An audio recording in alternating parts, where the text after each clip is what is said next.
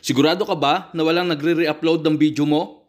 Kung hindi ka sigurado, ay panoorin mo na ito at ipapakita ko sa iyo kung paano at saan makikita kung may gumagamit o nagre-re-upload ng video mo. Si YouTube ay kakampi mo para malaman at mapangalagaan ang video mo. Sa milyong-milyong gumagamit ng YouTube na umabot na ng bilyon ay kaagapay mo siya. Paano nga ba?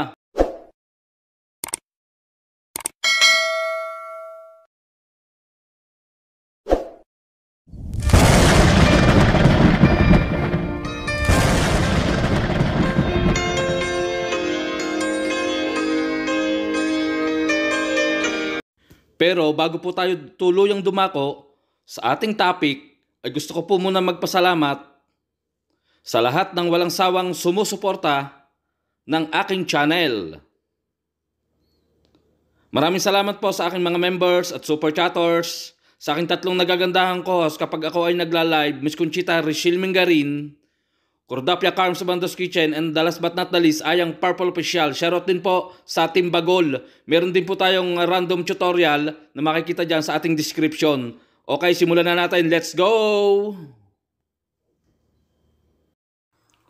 Napakadali lang po at napakasimple kung saan at paano makikita kung sino ang gumagamit o nagre-re-upload ng mga video natin. Sabi ko nga po sa inyo ay kasangga natin si YouTube sa larangan na ito. Open lang po natin yung ating YouTube Studio gamit ang ating mahiwagang browser.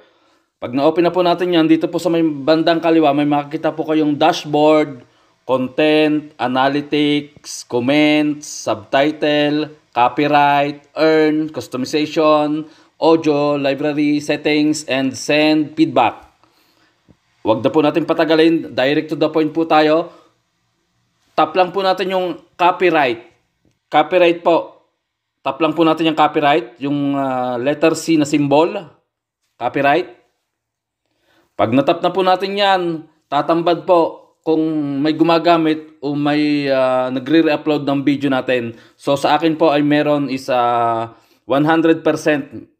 Pwede po kayo may option po dyan ha.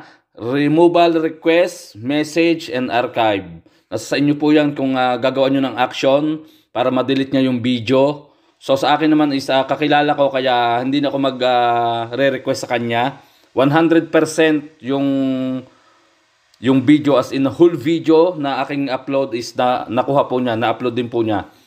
So kung yun po ibibigyan natin ng removal request, di-delete po niya yan. Kung hindi po niya i-delete is si YouTube po mismo ang magdi-delete ng video yon. At meron din po tayong 10%, yun po, 10%. At yan naman, siguro ay hanggang dito na lang po at sana po nakatulong sa inyo ang munting tutorial na to. Maraming salamat po. Lahat po kayo mag-iingat and God bless.